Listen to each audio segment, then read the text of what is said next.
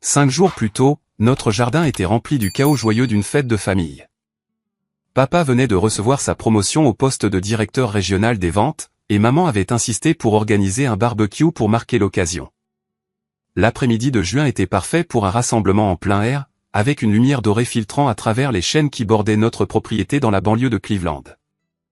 Oncle Todd était venu de Phoenix avec sa fille de 16 ans, Jessica, tandis que les voisins et les amis de la famille remplissaient les chaises longues et les tables de pique-nique dispersées sur notre pelouse bien entretenue. J'avais hâte de partager des nouvelles passionnantes concernant mes recherches de 3e cycle à l'université Case Western Reserve. En tant qu'étudiant en génie biomédical spécialisé dans les dispositifs de thérapie respiratoire, j'étais sur le point de faire une percée qui pourrait révolutionner le traitement d'urgence de l'asthme. Mon directeur de thèse, le professeur Williams, m'avait encouragé à présenter mes résultats préliminaires à la famille, sachant à quel point ils étaient fiers de mes réussites académiques. Mais dès le moment où j'ai commencé à installer mon ordinateur portable et mon matériel de présentation sur la table du patio, j'ai senti le regard plein de ressentiment de Garrett me brûler le dos. À 19 ans, mon jeune frère avait toujours eu du mal avec la comparaison entre nous. Alors que j'excellais académiquement, il maintenait à peine des notes de passage à l'Ohio State, passant plus de temps dans les fêtes de fraternité que dans les amphithéâtres. Les éloges constants de papa pour mes accomplissements en recherche ne faisaient qu'approfondir le gouffre entre nous. Encore une des conférences scientifiques ennuyeuses de Porter, a marmonné Garrett à notre cousine Jessica alors que je connectais mon ordinateur portable au projecteur extérieur que papa avait emprunté à son bureau. Regarde le frimer comme s'il était une sorte de génie. J'ai choisi d'ignorer ses commentaires, me concentrant plutôt sur l'enthousiasme sincère de l'oncle Todd, qui travaillait comme ambulancier paramédical et comprenait l'importance médicale de mon travail. Alors que je commençais à expliquer comment la technologie actuelle des inhalateurs pouvait échouer lors des moments critiques, laissant les patients vulnérables à des crises d'asthme mortelles, plusieurs parents se sont penchés en avant avec un intérêt réel. Le problème avec les inhalateurs de secours existants, ai-je expliqué en faisant défiler des diapositives montrant des statistiques de détresse respiratoire, c'est qu'ils reposent sur un mécanisme de délivrance unique.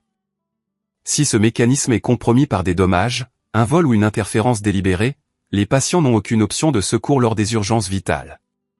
Mon asthme sévère s'était développé suite à une pneumonie quand j'avais 8 ans.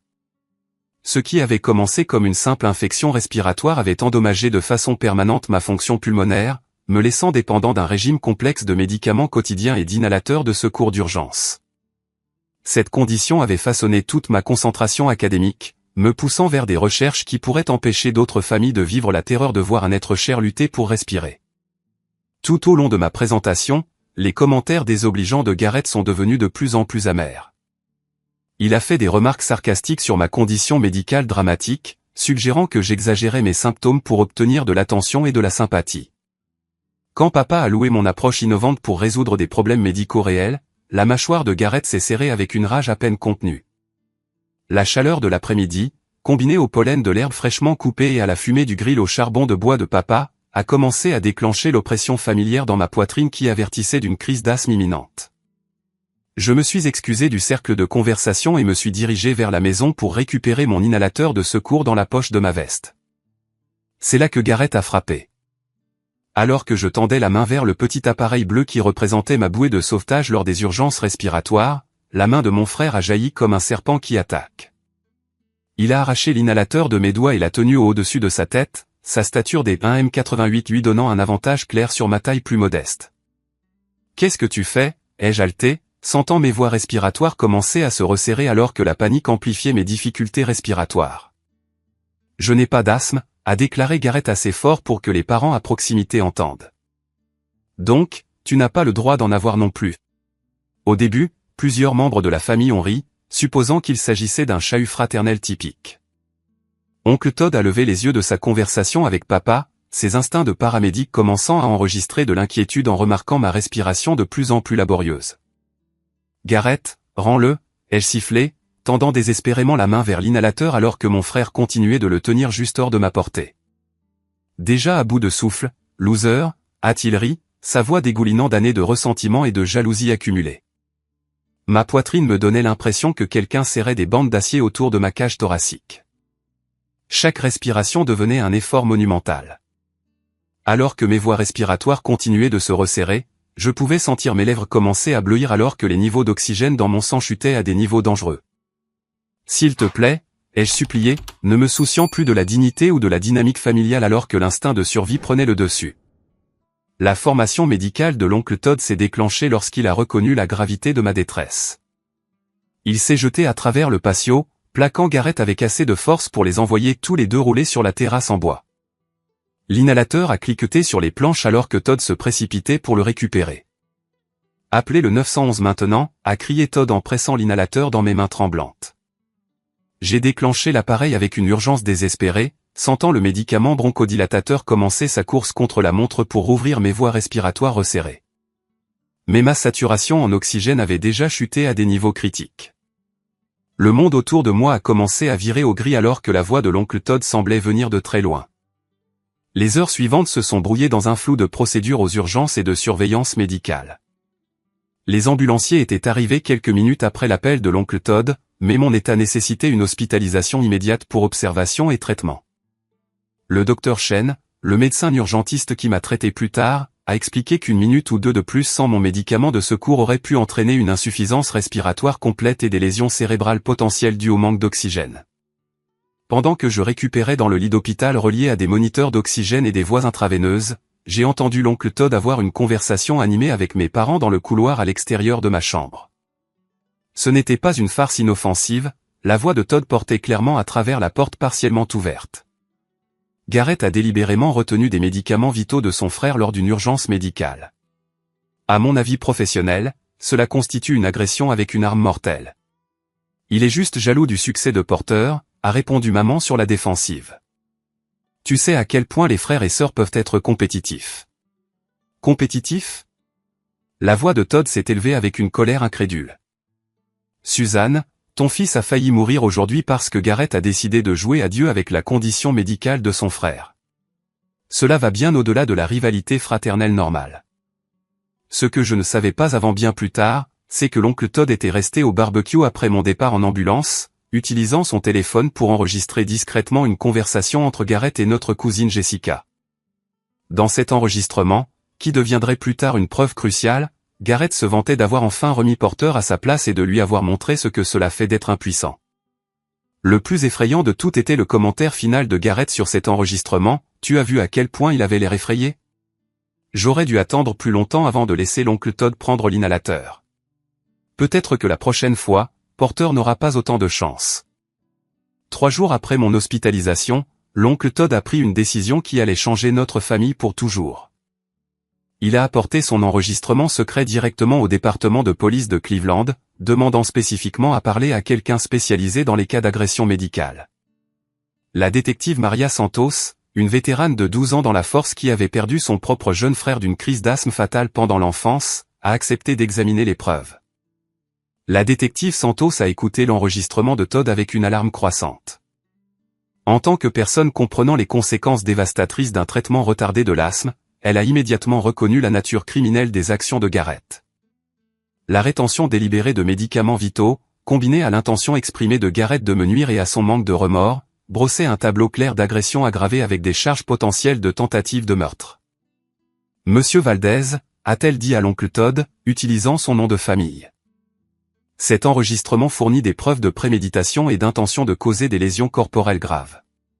Votre neveu Porter a failli perdre la vie et votre autre neveu Garrett a essentiellement avoué avoir apprécié l'expérience et prévoir de la répéter. L'enquête a avancé rapidement alors que la détective Santos interrogeait les témoins du barbecue. Plusieurs parents ont confirmé avoir vu Garrett m'empêcher délibérément d'accéder à mes médicaments alors que je souffrais clairement de détresse respiratoire.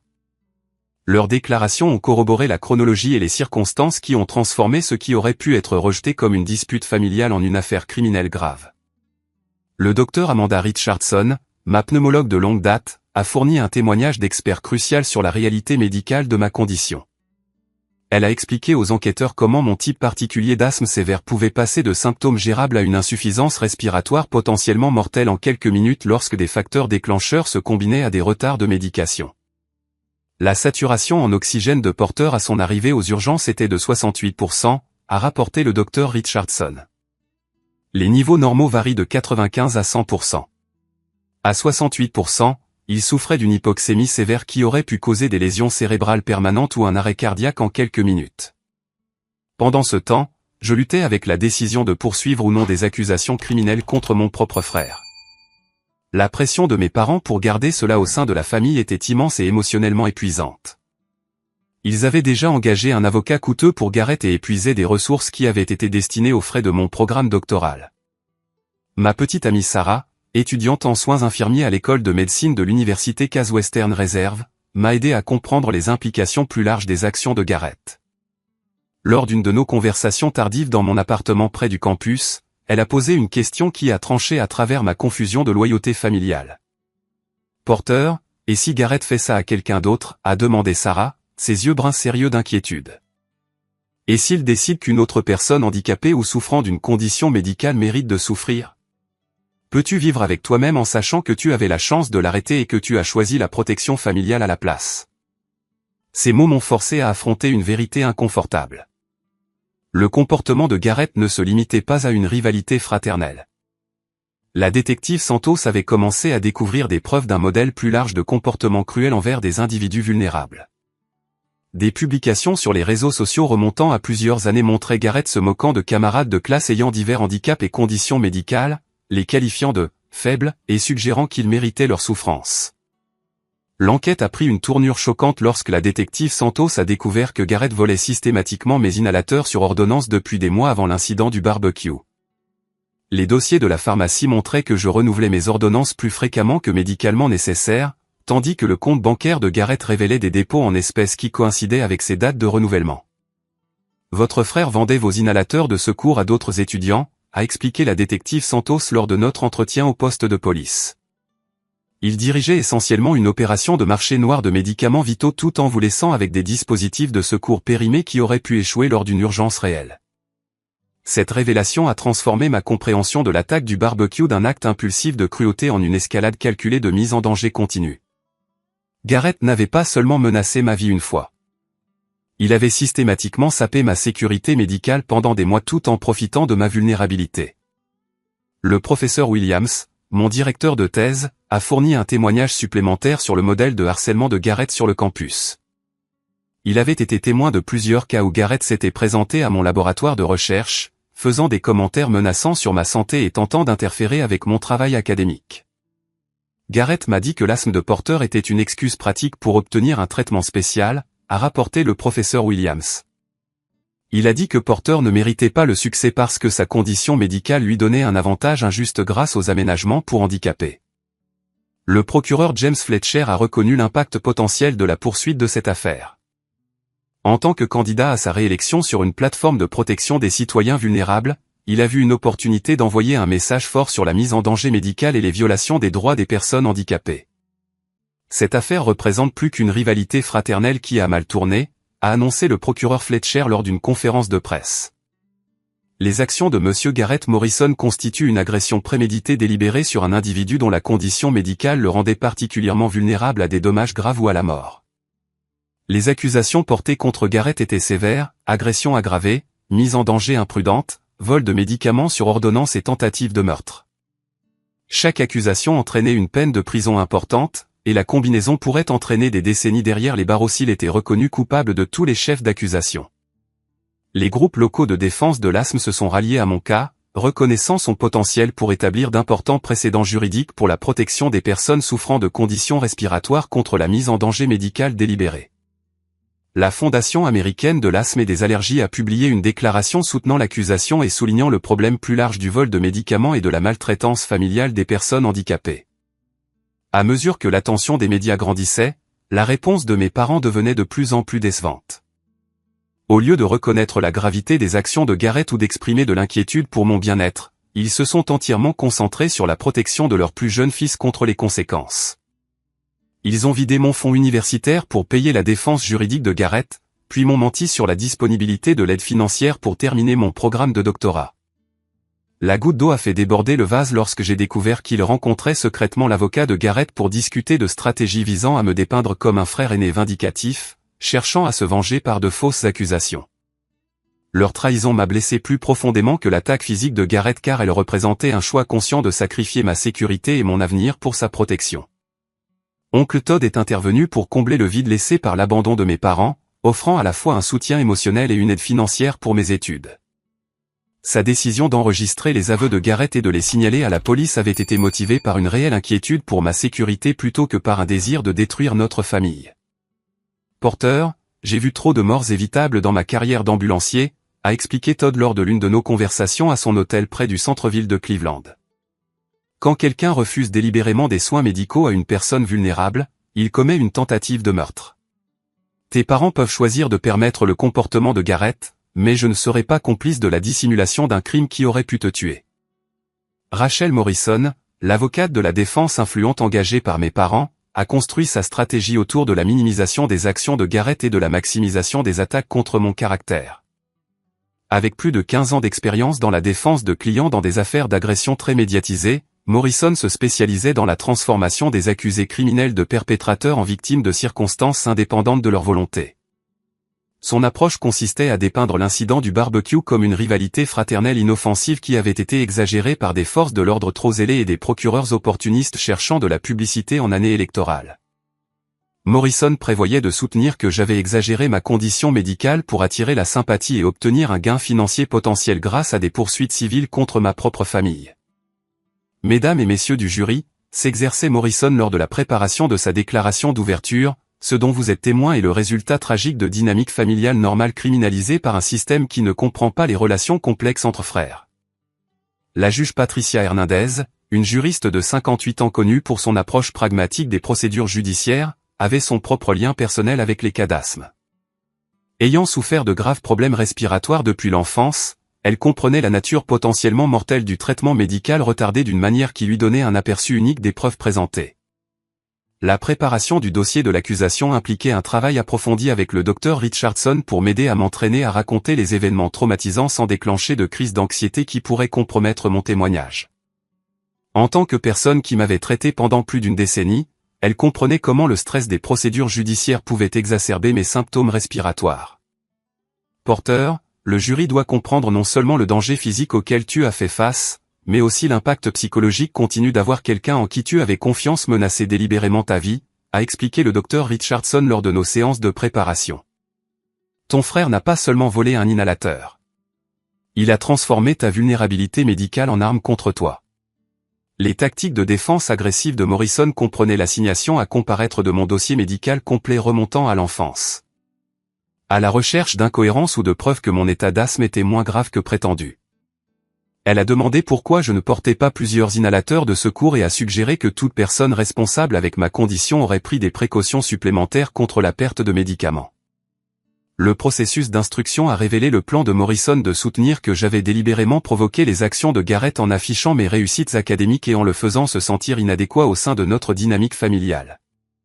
Elle avait l'intention de prétendre que ma présentation au barbecue était une tentative calculée d'humilier Garrett devant des parents et que sa réponse, bien qu'inappropriée, était compréhensible compte tenu de la provocation émotionnelle. La détective Santos a fourni une contre-attaque dévastatrice à cette stratégie de défense lorsque son enquête a découvert l'historique de recherche Internet de Garrett dans les semaines précédant l'incident du barbecue. Les enregistrements du navigateur de son ordinateur portable ont révélé de multiples recherches sur combien de temps quelqu'un peut-il survivre à une crise d'asthme, statistiques de décès par asthme, et symptômes de détresse respiratoire sévère. Cette preuve démontre une préméditation claire, a témoigné la détective Santos lors des audiences préliminaires. Monsieur Morrison a recherché les conséquences potentielles de la rétention de médicaments contre l'asthme avant de les retenir réellement de son frère. Ce n'était pas un acte impulsif de rivalité fraternelle. C'était une attaque calculée sur quelqu'un qu'il savait médicalement vulnérable. La preuve de préméditation a renforcé l'accusation de tentative de meurtre et a sapé la représentation de Garrett par Morrison comme quelqu'un qui a simplement agi sous le coup d'une détresse émotionnelle momentanée. L'accusation pouvait désormais soutenir que Garrett avait passé des semaines à planifier une attaque spécifiquement conçue pour exploiter ma vulnérabilité respiratoire. Le comportement de Garrett pendant les procédures judiciaires a joué contre sa défense malgré le coaching de Morrison sur le maintien d'une attitude respectueuse. Il a constamment affiché de l'arrogance et un sentiment de droit, souriant avec suffisance pendant les témoignages sérieux et montrant un mépris évident pour le processus judiciaire. La juge Hernandez l'a averti à plusieurs reprises de son attitude irrespectueuse envers les témoins et le personnel du tribunal. Le témoignage d'expert du Dr Richardson a fourni au jury une compréhension claire de la physiologie de l'asthme et de l'importance critique de l'accès immédiat aux médicaments lors des crises. À l'aide d'illustrations médicales et d'équipements de surveillance en temps réel, elle a démontré à quelle vitesse mon état pouvait passer de symptômes gérables à une insuffisance respiratoire potentiellement mortelle. Lorsque quelqu'un souffrant d'asthme sévère se voit refuser l'accès à ces médicaments de secours, a expliqué le docteur Richardson au jury, chaque minute de retard augmente le risque d'invalidité permanente ou de décès. La décision de M. Morrison de retenir l'inhalateur de son frère, alors que Porter était clairement en détresse respiratoire, équivalait à pointer une arme chargée sur quelqu'un et à appuyer sur la gâchette. Le médecin urgentiste Dr Chen a témoigné de mon état à mon arrivée à l'hôpital après l'incident du barbecue.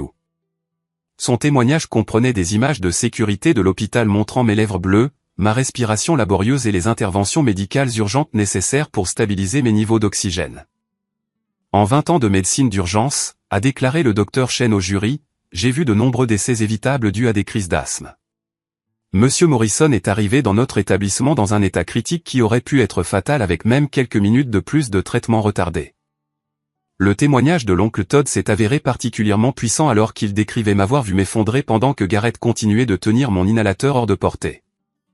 En tant qu'ambulancier ayant une vaste expérience des urgences respiratoires, Todd pouvait parler avec autorité des signes médicaux qu'il avait observés et de l'urgence de l'intervention requise. Je savais que Porter était en train de mourir, a témoigné Todd, sa voix stable mais chargée d'émotion. Ses lèvres étaient bleues, sa respiration était extrêmement superficielle et son niveau de conscience déclinait rapidement. Garrett tenait la seule chose qui pouvait sauver la vie de son frère, et il prenait plaisir à voir Porter souffrir.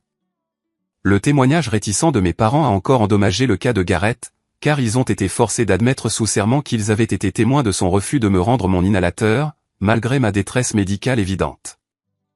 Le contre-interrogatoire a révélé leur longue histoire consistant à permettre le comportement intimidant de Garrett et à minimiser la gravité de ma condition médicale. Vous avez décrit votre fils, Garrett, comme compétitif et déterminé, a noté le procureur lors du contre-interrogatoire de ma mère. Décririez-vous également le fait de retenir délibérément des médicaments vitaux à quelqu'un ayant une urgence médicale comme un comportement compétitif ? L'incapacité de maman à répondre directement à cette question en disait long au jury sur le dysfonctionnement de notre famille et sa réticence à tenir Garrett responsable d'actions potentiellement mortelles. Le moment culminant de cette phase est survenu lors du contre-interrogatoire agressif de Morrison conçu pour me faire admettre que je n'étais pas vraiment en danger grave pendant l'incident du barbecue. Sa stratégie impliquait de me pousser à reconnaître que j'avais exagéré mes symptômes ou que l'attaque n'était pas aussi grave que le suggéraient les dossiers médicaux. Monsieur Morrison, a-t-elle insisté. N'est-il pas vrai que vous auriez pu simplement demander à d'autres membres de la famille de vous aider à récupérer votre inhalateur au lieu de créer cette scène dramatique ? Le stress de son interrogatoire agressif combiné à la mauvaise circulation de l'air dans la salle d'audience et à mon anxiété persistante à l'idée de revivre l'attaque a déclenché un épisode d'asthme inattendu juste là, à la barre des témoins. Alors que je commençais à lutter pour respirer, tendant désespérément la main vers mon inhalateur de secours, la réponse de Garrett a détruit toute sympathie restante que le jury aurait pu avoir pour lui. Il a ri, non pas discrètement, mais assez audiblement pour que la juge Hernandez, le jury et les spectateurs dans la galerie entendent son amusement face à ma détresse médicale. Même Morrison a semblé choqué par la réaction de son client alors que les officiers de justice se précipitaient pour fournir une assistance d'urgence. Monsieur Morrison, a déclaré sèchement la juge Hernandez, votre comportement est tout à fait inapproprié et sera noté au dossier du tribunal. Mais les dommages causés au cas de Garrett étaient irréversibles. Le jury avait été témoin de première main à la fois de ma véritable vulnérabilité médicale et de sa jouissance insensible de ma souffrance. La stratégie de défense agressive de Morrison s'était retournée contre elle de manière spectaculaire, fournissant à l'accusation la preuve la plus puissante possible, la propre réaction de Garrett en me voyant en détresse respiratoire. La présentation systématique des preuves par l'accusation a méthodiquement démoli chaque aspect de la stratégie de défense de Morrison tout en révélant toute l'étendue du comportement dangereux de Garrett. Le docteur Michael Chen est monté à la barre pour fournir un témoignage médical détaillé sur mon état à mon arrivée au service des urgences de l'hôpital général de Cleveland. La saturation en oxygène de Monsieur Morrison était de 68% lorsque notre équipe médicale l'a évalué pour la première fois, a témoigné le docteur Chen en consultant les dossiers médicaux de cette nuit-là. Pour le contexte, tout ce qui est inférieur à 90% constitue une urgence médicale, et des niveaux dans les 60 indiquent une hypoxémie sévère mettant la vie en danger qui peut causer des lésions cérébrales permanentes en quelques minutes. Les images de sécurité de l'hôpital diffusées pour le jury sur de grands moniteurs montraient ma lutte désespérée pour respirer alors que le personnel médical travaillait frénétiquement pour stabiliser mon état. La preuve visuelle était bien plus puissante que n'importe quelle description verbale n'aurait pu l'être, permettant aux jurés d'être témoins de la véritable gravité de ma détresse respiratoire. Le docteur Chen a expliqué la chronologie médicale qui prouvait à quel point j'étais passé près de dommages irréversibles ou de la mort. Sur la base de l'état de M. Morrison à son arrivée et du taux de détérioration que nous avons observé, je peux dire avec certitude médicale que 2 à 3 minutes supplémentaires sans traitement auraient pu entraîner un arrêt cardiaque ou une lésion cérébrale permanente due au manque d'oxygène. Sarah Martinez, ma petite amie et étudiante en soins infirmiers avec une expérience clinique en soins respiratoires, a témoigné de l'escalade du modèle de harcèlement de Garrett au cours des mois précédant l'attaque du barbecue. Sa documentation détaillée des incidents a aidé à établir que le vol de l'inhalateur n'était pas un événement isolé, mais faisait partie d'une campagne systématique d'intimidation. Garrett se présentait au laboratoire de Porter à l'improviste, a témoigné Sarah. Il faisait des commentaires sur la fausse condition médicale de Porter et suggérait que Porter utilisait son asthme comme excuse pour obtenir un traitement spécial de la part des professeurs et des employeurs. Elle a décrit des incidents spécifiques où Garrett m'avait suivi à des événements universitaires, passé des appels téléphoniques menaçant tard le soir et tenté de saboter mon équipement de recherche en altérant les systèmes de ventilation du laboratoire où je menais des expériences sur des dispositifs de thérapie respiratoire. Le professeur Williams a témoigné des visites non autorisées de Garrett aux installations universitaires et de ses tentatives de discréditer mon travail académique en diffusant de fausses informations sur mes méthodes de recherche et mes résultats. Son témoignage a établi le modèle de Garrett ciblant ma réputation professionnelle ainsi que ma sécurité personnelle. Monsieur Garrett Morrison m'a dit que son frère ne méritait pas le succès académique parce que sa condition médicale lui donnait des avantages injustes grâce aux aménagements pour handicapés, a rapporté le professeur Williams. Il a dit que Porter truquait le système et que quelqu'un devait remettre les pendules à l'heure. L'expert en technologie de l'accusation a présenté des preuves de criminalistique numérique qui brossaient un tableau troublant des activités en ligne et des communications privées de Garrett. Les messages textes supprimés récupérés de son téléphone montraient des conversations avec des amis où il se vantait de me contrôler et de prévoir de m'apprendre une leçon que je n'oublierai pas. L'analyse des médias sociaux a révélé des années de publications où Garrett se moquait de personnes ayant divers handicaps et conditions médicales. Ses comptes Twitter et Instagram contenaient des dizaines de commentaires cruels sur des camarades de classe qui utilisaient des fauteuils roulants, des appareils auditifs ou d'autres dispositifs médicaux, les qualifiant de « faibles » et suggérant qu'ils méritaient leurs difficultés. Le docteur Jennifer Lou, une psychiatre nommée par le tribunal qui avait évalué Garrett pendant la période pré-procès, a témoigné de ses conclusions concernant son état mental et son potentiel de violence future. Son évaluation professionnelle a fourni des aperçus troublants sur la psychologie et les motivations de Garrett. Monsieur Morrison présente des caractéristiques cohérentes avec un trouble de la personnalité narcissique combiné à des traits antisociaux, a rapporté le docteur Lou. Il montre un manque total d'empathie pour la souffrance d'autrui et tire en fait du plaisir à causer de la douleur à ceux qu'il perçoit comme vulnérables ou qui ont du succès. L'évaluation psychiatrique a révélé que Garrett ne voyait pas ma condition médicale comme un problème de santé grave, mais comme une faiblesse qu'il pouvait exploiter pour affirmer sa domination au sein de notre structure familiale. Son ressentiment envers mes réussites académiques s'était combiné à ses troubles de la personnalité pour créer un individu dangereux capable d'une violence croissante. L'enquêteur sur les crimes financiers, le détective Kevin Park, a témoigné du réseau de vol plus large que Garrett avait organisé autour du trafic de médicaments sur ordonnance. L'enquête a révélé qu'il volait et vendait non seulement mes inhalateurs, mais aussi de l'insuline d'étudiants diabétiques et des épipens de ceux souffrant d'allergies sévères. Monsieur Morrison dirigeait un réseau sophistiqué de marché noir ciblant des médicaments vitaux d'étudiants universitaires sur plusieurs campus de l'Ohio, a expliqué le détective Park. Ses profits tirés de ces vols ont dépassé 12 000 $ sur 8 mois tout en mettant des douzaines d'individus vulnérables en risque d'urgence médicale. Le réseau de vol de médicaments avait entraîné plusieurs incidents évités de justesse où des étudiants ont failli mourir lorsque leurs dispositifs volés ont été remplacés par des produits périmés ou contrefaits. L'opération de Garrett démontrait un mépris total pour la vie humaine dans la poursuite d'un gain financier tiré des vulnérabilités médicales d'autrui. Ashley Thompson, l'ancienne petite amie de Garrett du lycée, a courageusement témoigné de son histoire d'abus psychologiques et de mise en danger délibérée de personnes souffrant de conditions médicales. Son témoignage a révélé que l'attaque du barbecue n'était pas sa première tentative de nuire à quelqu'un en interférant avec ses soins médicaux. Garrett a une fois altéré mon repas alors qu'il savait que j'avais de graves allergies aux noix, a déclaré Ashley au jury, sa voix tremblant de peur mémorisée. Il pensait que c'était drôle de me voir utiliser mon EpiPen et a dit que je dramatisais une petite sensibilité alimentaire. Son témoignage a établi un modèle de comportement clair où Garrett ciblait les vulnérabilités médicales des gens comme une forme de divertissement et de contrôle. L'incident avec Ashley s'était produit 3 ans avant son attaque contre moi, montrant que son comportement dangereux s'était intensifié avec le temps. Les groupes locaux de défense de l'asthme ont présenté des preuves statistiques sur le problème plus large du vol de médicaments et de la mise en danger médicale délibérée au sein des familles. Le représentant de la Fondation américaine de l'asthme et des allergies a témoigné de cas similaires à travers le pays et du besoin urgent de protection juridique plus forte. Le cas de M. Morrison représente une tendance inquiétante que nous voyons à l'échelle nationale, a expliqué le représentant. Les membres de la famille et les soignants utilisent de plus en plus les vulnérabilités médicales comme outil d'abus et de contrôle, souvent avec des conséquences fatales. Le témoignage sur l'impact communautaire a aidé le jury à comprendre que leur verdict enverrait un message important sur la volonté de la société de protéger les individus vulnérables contre les abus médicaux. Même lorsque ces abus proviennent de membres de la famille qui devraient fournir soins et soutien. La preuve la plus dévastatrice de l'accusation est venue d'une source inattendue, Emma Rodriguez, la petite amie actuelle de Garrett, qui l'avait secrètement enregistré en train de célébrer mon hospitalisation lors d'une fête après l'incident du barbecue. Sa décision de contacter les procureurs avec des preuves vidéo a démontré l'étendue choquante du manque de remords de Garrett.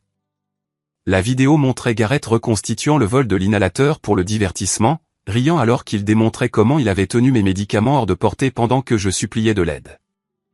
Le plus accablant de tout était sa déclaration explicite qu'il espérait que je mourrais pour pouvoir tout hériter et ne plus vivre dans mon ombre. J'aurais dû attendre plus longtemps, a déclaré Garrett sur l'enregistrement, clairement ivre mais parlant avec une sincérité indubitable. Peut-être que si Porter s'était évanoui complètement, il aurait appris à ne pas frimer autant. La prochaine fois, je m'assurerai qu'il souffre vraiment. La trahison de la confiance de Garrett par Emma a fourni à l'accusation des preuves irréfutables de ses véritables motivations et de son absence totale d'amour fraternel ou de décence humaine élémentaire. La vidéo a éliminé toute possibilité que ces actions puissent être expliquées comme une colère momentanée ou une rivalité fraternelle mal avisée. La décision d'Emma Rodriguez d'enregistrer secrètement la célébration de ma quasi-mort par Garrett a marqué le début de son effondrement psychologique et juridique complet. Sa preuve vidéo a révélé toute l'étendue de sa personnalité sociopathique et a éliminé tout doute restant sur sa culpabilité ou son potentiel de réhabilitation. L'enregistrement fait lors d'une fête de fraternité 3 jours après mon hospitalisation montrait Garrett entouré d'amis admiratifs alors qu'il se vantait de son plan brillant pour humilier son frère aîné arrogant. Sa discussion désinvolte sur la tentative de meurtre comme divertissement démontrait un niveau de dureté qui a choqué même les agents des forces de l'ordre expérimentés.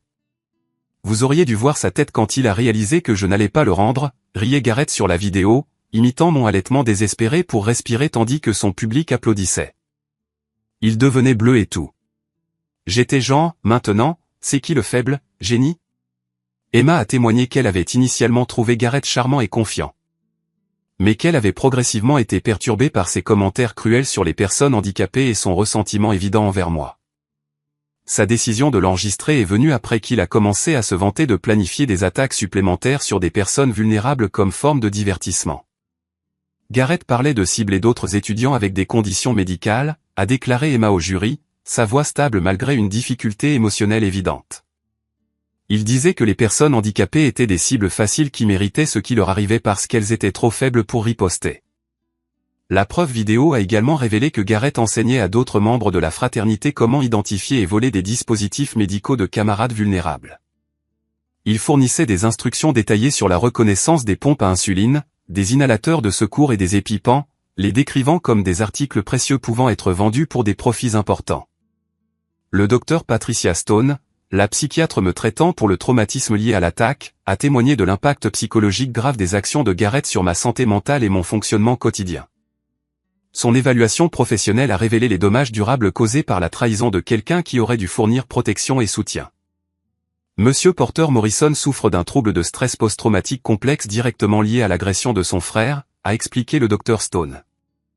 Il subit des attaques de panique chaque fois qu'il tente d'utiliser son inhalateur de secours parce que l'appareil lui-même déclenche des souvenirs de l'attaque et de la cruauté de son frère. Ma performance académique avait chuté après l'incident du barbecue, menaçant ma capacité à terminer mon programme de doctorat et à poursuivre la carrière de recherche que j'avais mis des années à établir. Le traumatisme avait transformé ma condition médicale d'un défi de santé gérable en un rappel constant de vulnérabilité et de trahison familiale. L'enquête élargie du détective Kevin Park a révélé que les opérations de vol de Garrett s'étendaient bien au-delà de mes médicaments pour inclure un réseau sophistiqué ciblant plusieurs campus universitaires à travers l'Ohio. Plusieurs étudiants avaient failli mourir lorsque leurs médicaments volés avaient été remplacés par des produits périmés ou contrefaits achetés en ligne. L'organisation de M. Morrison était responsable d'au moins 12 urgences médicales graves où les étudiants ne pouvaient pas accéder à leurs médicaments vitaux lors de moments critiques, a témoigné le détective Park. Ces actions ont mis en danger des douzaines de vies tout en générant des profits substantiels à partir des nécessités médicales d'autrui. L'enquête financière a découvert des preuves que Garrett utilisait les profits du vol de médicaments pour soutenir des dettes de jeu et des achats de drogue, expliquant son besoin désespéré de revenus continus provenant d'activités criminelles de plus en plus dangereuses. Ces problèmes d'addiction avaient intensifié sa volonté de risquer la vie des autres pour un gain financier personnel. La trahison finale de mes parents est survenue lors de leur témoignage lorsqu'ils ont admis sous serment qu'ils étaient au courant des problèmes de drogue de Garrett et de ses activités de vol. Mais avaient choisi de le couvrir à plusieurs reprises plutôt que de chercher de l'aide ou une intervention. Leur témoignage a révélé des années de comportement permissif qui avaient permis à sa conduite dangereuse de s'intensifier sans contrôle. Nous pensions que si nous continuions simplement à aider Garrett avec ses problèmes financiers, il finirait par sortir de cette phase difficile, a témoigné maman en évitant le contact visuel avec moi tout au long de son passage à la barre des témoins. Nous n'avons jamais imaginé qu'il blesserait réellement Porter sérieusement. Leur aveu qu'ils avaient utilisé mon fonds universitaire pour payer les dettes de drogue et les frais juridiques de Garrett tout en me mentant sur la disponibilité de l'aide financière a démontré leur priorisation claire de sa protection par rapport à mon éducation et à mon avenir. La trahison familiale était complète et irréversible. Le comportement de Garrett dans la salle d'audience est devenu de plus en plus erratique à mesure que les preuves s'accumulaient contre lui. Malgré le coaching répété de Morrison sur le maintien du calme, il ne pouvait pas cacher son arrogance et son sentiment de droit. Ses sourires suffisants pendant les témoignages des victimes et son mépris évident pour les procédures judiciaires ont joué contre toute possibilité de sympathie du jury. La juge Hernandez a émis de multiples avertissements concernant son comportement perturbateur, notant ses yeux au ciel lors des témoignages médicaux sérieux et ses moqueries audibles lorsque les témoins décrivaient la gravité de mes blessures. Son incapacité à montrer un remords approprié ou du respect pour le processus judiciaire a renforcé les arguments de l'accusation concernant son caractère dangereux. La réponse de la communauté à mon cas s'était transformée en un mouvement national alors que les organisations de défense de l'asthme ralliaient du soutien et que la couverture médiatique soulignait le problème plus large du vol de dispositifs médicaux et de la maltraitance familiale des personnes handicapées. Des campagnes de collecte de fonds ont aidé à remplacer mes ressources éducatives épuisées tout en fournissant une thérapie et un soutien juridique. Des messages de soutien sont arrivés de tout le pays alors que d'autres survivants d'abus médicaux partageaient leurs propres histoires de trahison familiale et de mise en danger systématique. La réponse collective a démontré que les actions de Garrett représentaient un problème répandu nécessitant des protections juridiques plus fortes et une sensibilisation sociale. Lors d'une suspension d'audience, Garrett a fait une tentative désespérée de fuir le palais de justice tout en volant des fournitures médicales d'urgence dans la trousse de premiers soins d'un officier du tribunal. Sa capture sur le parking alors qu'il tentait de détruire des preuves de vol de médicaments supplémentaires a entraîné de nouvelles accusations et démontré son danger continu pour la sécurité publique. Même face à de graves accusations criminelles, M. Morrison a poursuivi son modèle de vol de fournitures médicales et de mise en danger d'autrui, a témoigné l'officier qui a procédé à l'arrestation. Ces actions ont montré un mépris total pour le processus judiciaire et une menace continue pour quiconque ayant des vulnérabilités médicales. La tentative d'évasion et la destruction de preuves ont éliminé toute possibilité restante de négociation de plaidoyer ou de réduction des charges. Les propres actions de Garrett avaient prouvé les arguments de l'accusation sur sa nature incorrigible et son potentiel de violence croissante contre les individus vulnérables. La stratégie de défense de Morrison s'est complètement effondrée alors que le comportement de son client sapait chaque argument sur son caractère, ses remords ou son potentiel de réhabilitation. Les preuves de préméditation, d'entreprise criminelle continue et d'absence absolue d'empathie ne laissaient aucune place à l'atténuation ou à la sympathie du jury. Contre l'avis urgent de son avocate, Rachel Morrison, Garrett a insisté pour témoigner pour sa propre défense, convaincu que son charme et son intelligence pourraient influencer le jury en sa faveur.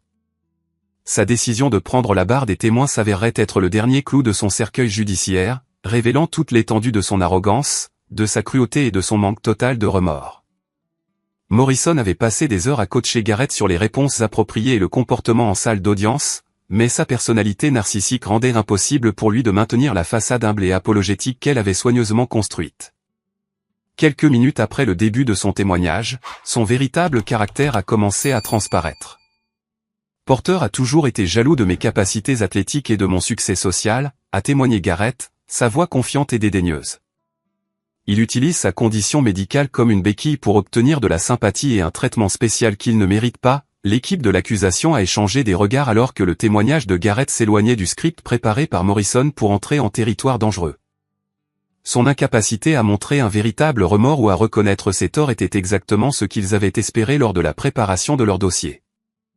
Le témoignage direct de Garrett comprenait des allégations selon lesquelles j'avais délibérément provoqué l'incident du barbecue en affichant mes réussites académiques et en le faisant paraître inférieur devant les membres de la famille.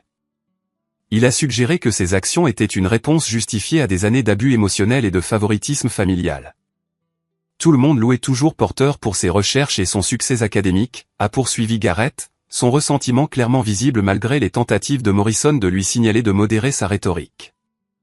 Personne n'a jamais reconnu mes accomplissements ou reconnu à quel point c'était dur de vivre dans son ombre. Son témoignage a révélé des problèmes psychologiques profonds autour de la compétition et de l'estime de soi. Mais a également démontré sa croyance fondamentale que le succès des autres justifiait ses représailles cruelles. Le jury a écouté avec une alarme croissante alors que Garrett avouait essentiellement voir mon expérience de mort imminente comme une punition appropriée pour la réussite académique. Le contre-interrogatoire de l'accusation a systématiquement exposé chaque mensonge, contradiction et motivation cruelle dans le témoignage de Garrett. La procureure principale Sarah Chen avait passé des jours à préparer des questions conçues pour révéler son véritable caractère et éliminer toute possibilité de sympathie du jury. Monsieur Morrison, vous avez témoigné que vous vous sentiez éclipsé par le succès académique de votre frère, a commencé Chen calmement. Ce sentiment justifiait-il de retenir des médicaments vitaux à quelqu'un ayant une urgence médicale? Porter avait besoin d'apprendre qu'il n'est pas spécial, a répondu Garrett, sa façade de raisonnabilité commençant à se fissurer. Il agit comme si son asthme faisait de lui une sorte de héros, mais en réalité, ça le rend juste faible. Donc, à votre avis, les personnes avec des conditions médicales sont faibles et méritent de souffrir? S'ils vont utiliser leurs conditions pour avancer dans la vie, alors oui, ils devraient faire face aux conséquences. Chen a méthodiquement guidé Garrett à travers les preuves de préméditation. Y compris ses recherches internet sur les décès par asthme et sa recherche délibérée sur le timing de l'insuffisance respiratoire. Chaque question révélait davantage de sa planification calculée et de son intention malveillante. Vous avez recherché combien de temps quelqu'un pouvait survivre à une crise d'asthme avant qu'elle ne devienne fatale. Correct? J'étais juste curieux de la condition de Porter. Et vous étiez curieux de cette information 3 semaines avant l'incident du barbecue où vous avez retenu ces médicaments? Je ne me souviens pas du timing exact. Cela vous rafraîchirait-il la mémoire de voir votre historique de navigation montrant ces recherches à des dates précises? À mesure que les preuves s'accumulaient autour de ses mensonges et de sa préméditation, Garrett devenait de plus en plus agité et défensif.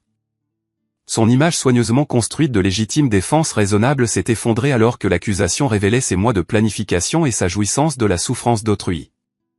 Le moment culminant est survenu lorsque Chen a diffusé l'enregistrement vidéo qu'Emma avait fait de Garrett célébrant mon hospitalisation et se vantant de ses plans pour de futures attaques. En se regardant sur les moniteurs de la salle d'audience, le visage de Garrett a rougi d'embarras et de rage. Cette vidéo a été sortie de son contexte, a-t-il affirmé désespérément. J'étais ivre et j'essayais juste d'impressionner les gens lors d'une fête. Donc, quand vous avez dit que vous espériez que votre frère mourrait pour pouvoir tout hériter, c'était juste des paroles de fête? Porter a toujours été dramatique à propos de sa condition médicale, je ne pensais pas qu'il était vraiment en danger grave. Malgré vos recherches sur les taux de mortalité de l'asthme et votre rétention délibérée de son médicament de secours lors d'une crise sévère? Les réponses de Garrett sont devenues de plus en plus incohérentes alors qu'il essayait d'expliquer les preuves accablantes de sa culpabilité. Son témoignage a révélé non seulement un comportement criminel, mais aussi un manque fondamental d'empathie humaine qui le rendait dangereux pour toute personne vulnérable. Les déclarations d'impact des victimes d'autres survivants du réseau de vol de médicaments de Garrett ont fourni des témoignages puissants sur l'impact plus large de son entreprise criminelle. Des étudiants universitaires qui avaient failli mourir lorsque leur insuline ou leurs épipens volés avaient été remplacés par des produits contrefaits ont partagé leurs expériences avec le jury. Je suis entré en choc diabétique parce que Gareth Morrison a volé mon insuline et l'a remplacée par de l'eau, a témoigné l'étudiante de 2e année Jennifer Walsh. J'ai passé 4 jours en soins intensifs et j'ai failli mourir parce qu'il voulait de l'argent pour la drogue. Le témoignage sur l'impact communautaire comprenait des représentants d'organisations de défense des droits des personnes handicapées et des fabricants de dispositifs médicaux qui ont expliqué comment le vol et la rétention délibérée d'équipements médicaux représentaient une menace croissante pour les populations vulnérables à l'échelle nationale. Le cas de Porter avait inspiré un projet de loi surnommé « Loi Porter », qui renforcerait les sanctions pour le vol de dispositifs médicaux et fournirait de meilleures protections juridiques aux personnes handicapées confrontées à une mise en danger délibérée par des membres de la famille ou des soignants. La délibération du jury n'a duré que 6 heures, indiquant la nature claire des preuves et le témoignage convaincant qu'ils avaient entendu.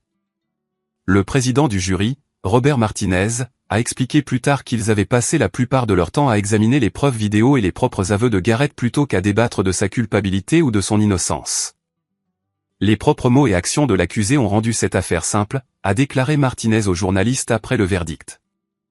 Son manque total de remords et sa jouissance évidente de la souffrance de son frère n'ont laissé aucun doute sur sa culpabilité pour tous les chefs d'accusation. Lorsque la juge Hernandez a lu les verdicts de culpabilité pour tous les chefs d'accusation, y compris tentative de meurtre, agression aggravée, vol de dispositifs médicaux et racket, le calme de Gareth s'est finalement brisé complètement. Son visage est devenu pâle alors que la réalité de sa situation commençait à pénétrer ses illusions narcissiques d'immunité.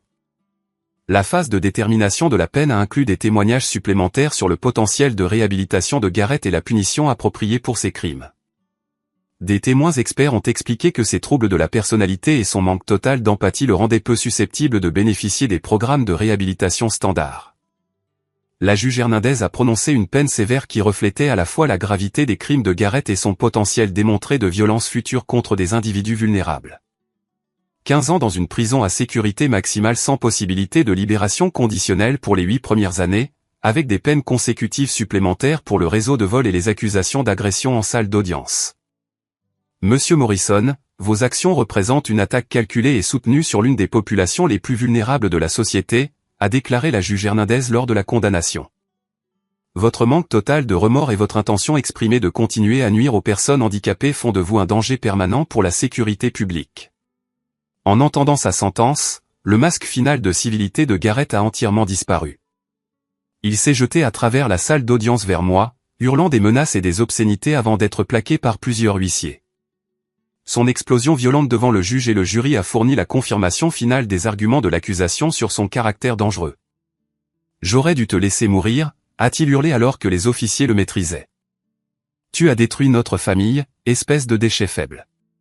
C'est entièrement de ta faute. » Son attaque au tribunal a entraîné des accusations supplémentaires et a prouvé de manière concluante qu'il restait une menace pour ma sécurité et celle d'autres individus vulnérables.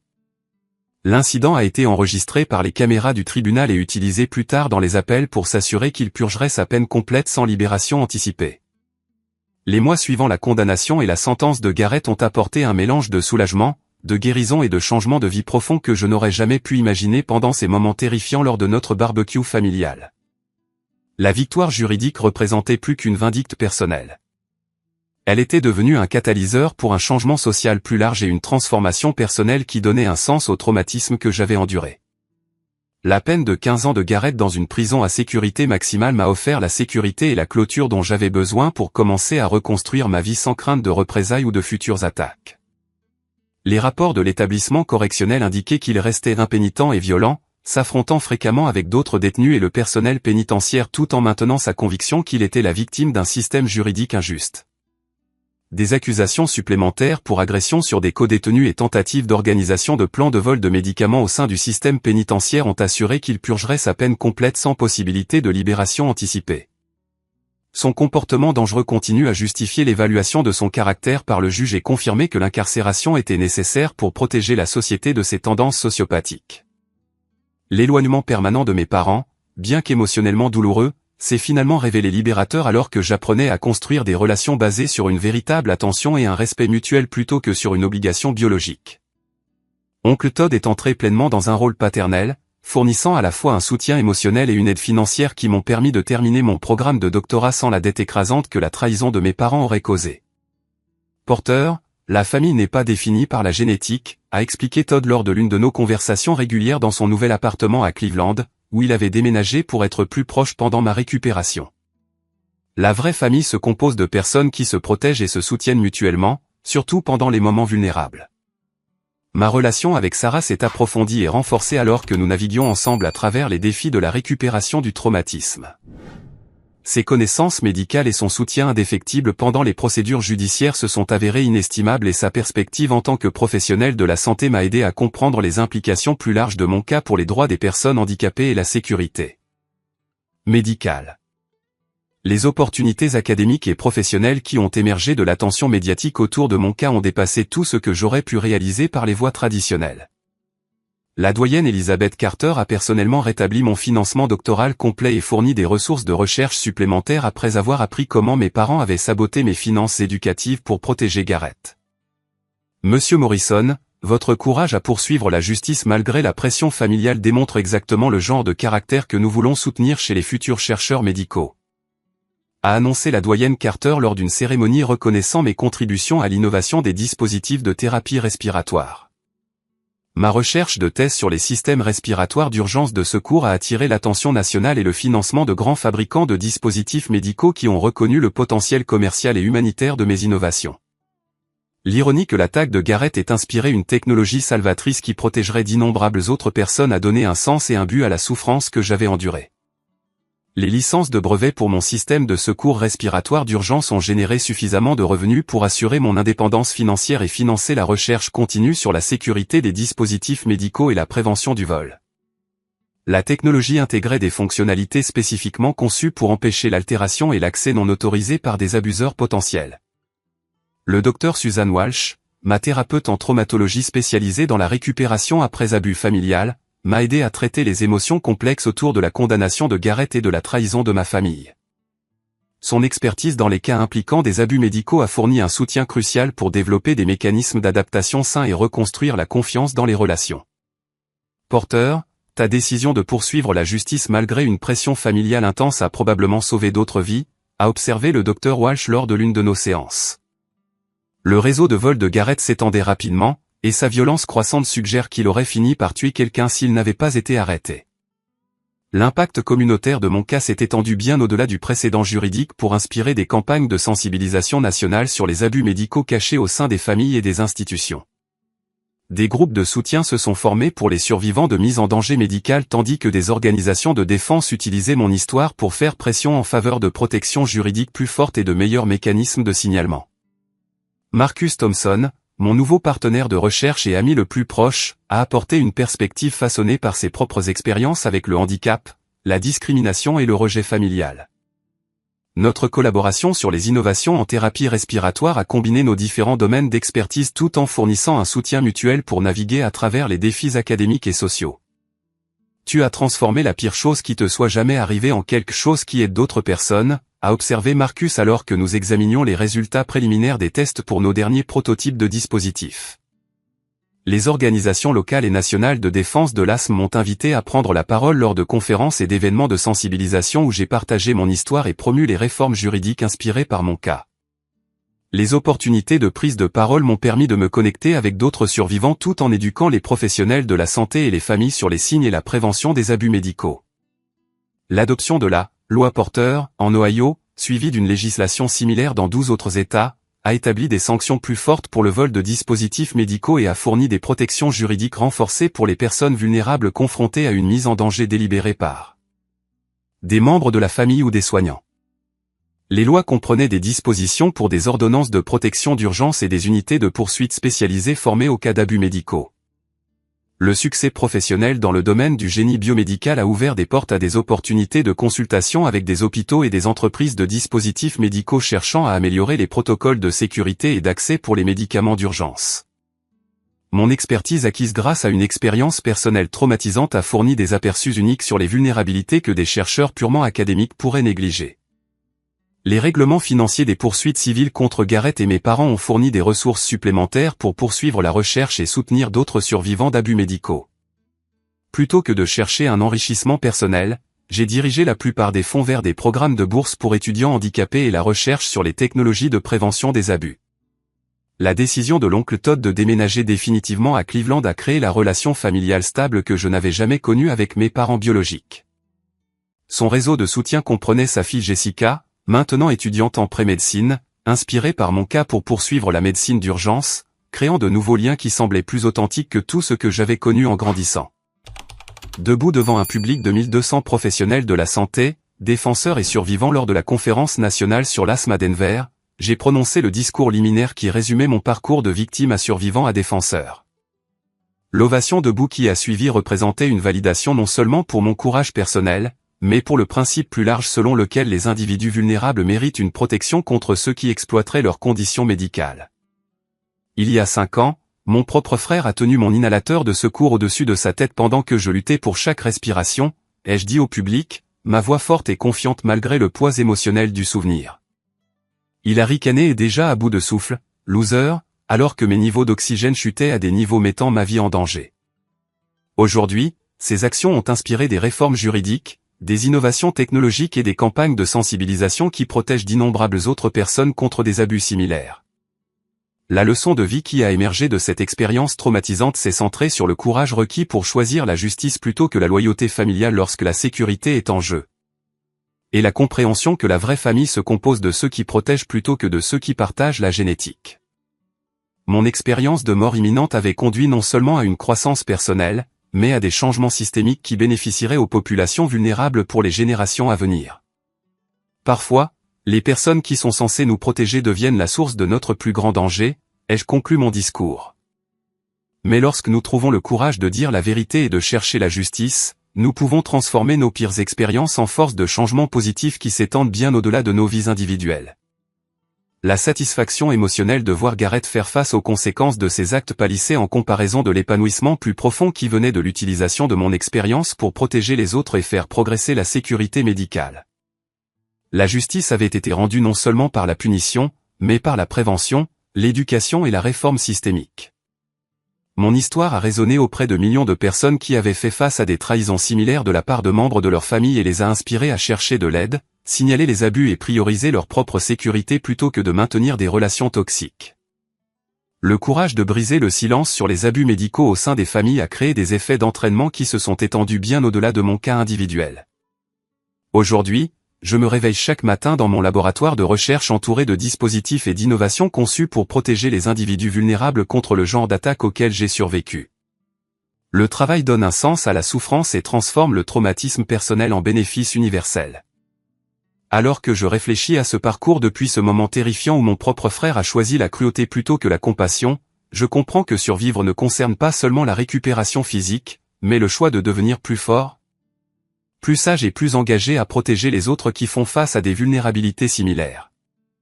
Avez-vous déjà eu à choisir entre la loyauté familiale et faire ce qui est juste, même lorsque ce choix avait un coût personnel énorme? J'aimerais entendre vos réflexions sur le fait de défendre la justice quand cela signifie affronter des gens que nous sommes censés aimer et en qui nous sommes censés avoir confiance. S'il vous plaît, partagez vos expériences dans les commentaires ci-dessous. Et si cette histoire a résonné en vous, je vous serais reconnaissant d'aimer cette vidéo, de vous abonner à la chaîne pour plus d'histoires sur la façon de surmonter l'adversité et de la partager avec d'autres qui pourraient trouver de l'espoir en apprenant que la justice et la guérison sont possibles même après les trahisons les plus profondes. Merci d'avoir écouté mon histoire et de faire partie d'une communauté qui croit que les individus vulnérables méritent protection et respect. J'espère que mon expérience pourra aider d'autres personnes à trouver le courage de s'exprimer et de chercher l'aide qu'elles méritent. Yo estaba todo tranquilo cuando empezó a... No, 48 bloques todavía no son suficientes. ¿Cómo lo hacemos? Ey, la vez anterior no estaba tan fuerte en mi idea. No, no sé. Creo que de pronto también influye como el número de personas. Siento que siendo 3, pues da tiempo de que uno reviva al otro mientras que el otro Ey, distrae. subo y te traigo tu escoba. Sí. Si se puede, sí. Voy a tratar de subir, espérame.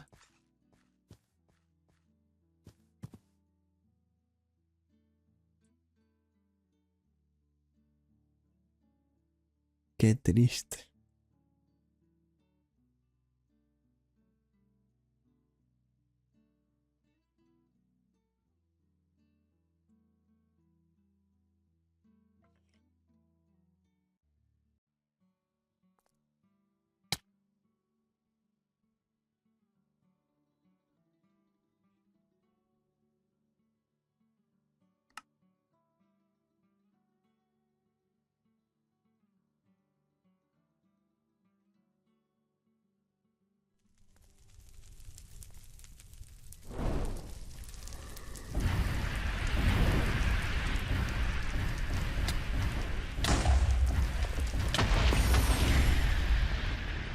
con esto tampoco alcanzo a llegar, la verdad.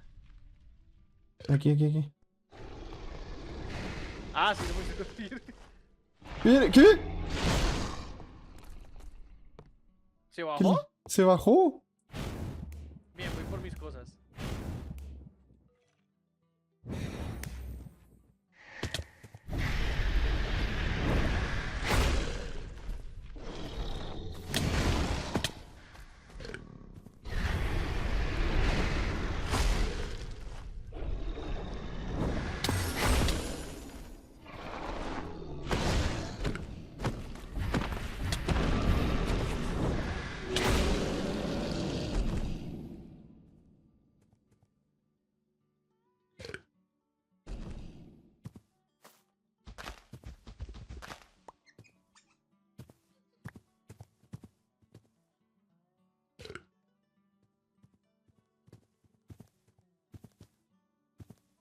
No suelto nada más.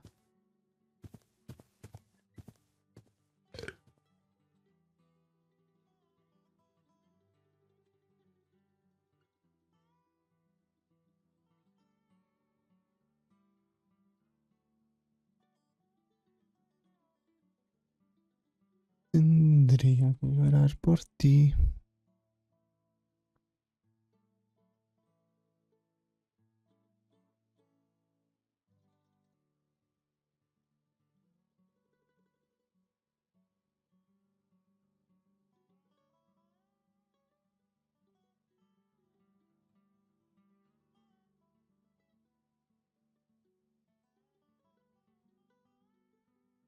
Para.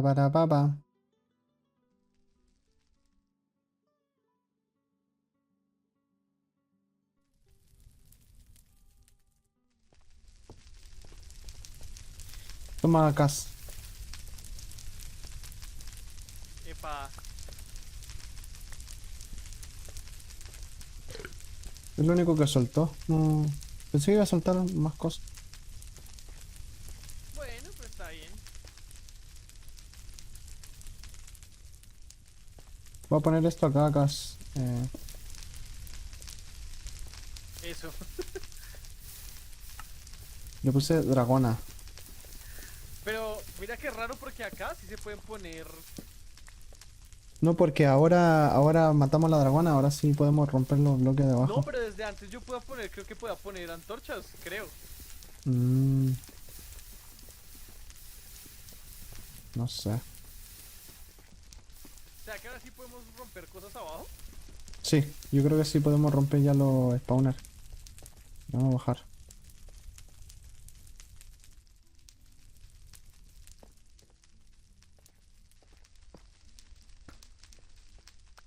¿Qué te parece la jeringa?